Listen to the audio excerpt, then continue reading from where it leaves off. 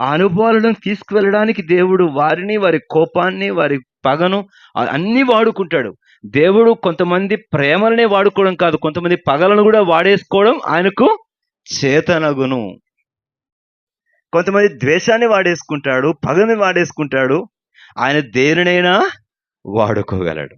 పాటలులా పాడుతాం, దోరకాసూదిని వాడుకున్నాడు, అహరోను చేతికర్రను వాడుకున్నాడు, మోషే కర్రను వాడుకున్నాడు. కాదు, మనుషుల పగను, మనుషుల కోపాన్ని, మనుషుల తిరస్కారాన్ని, మనుషుల మాటలు అన్ని దేవుడు తన బిడ్డల క్షేమం కొరకు, మేలు కొరకు వాడేసుకోగలడు. నేను వాడుకోగలను చెప్పట్లా, వాడేసుకోగలడు అంటున్నా.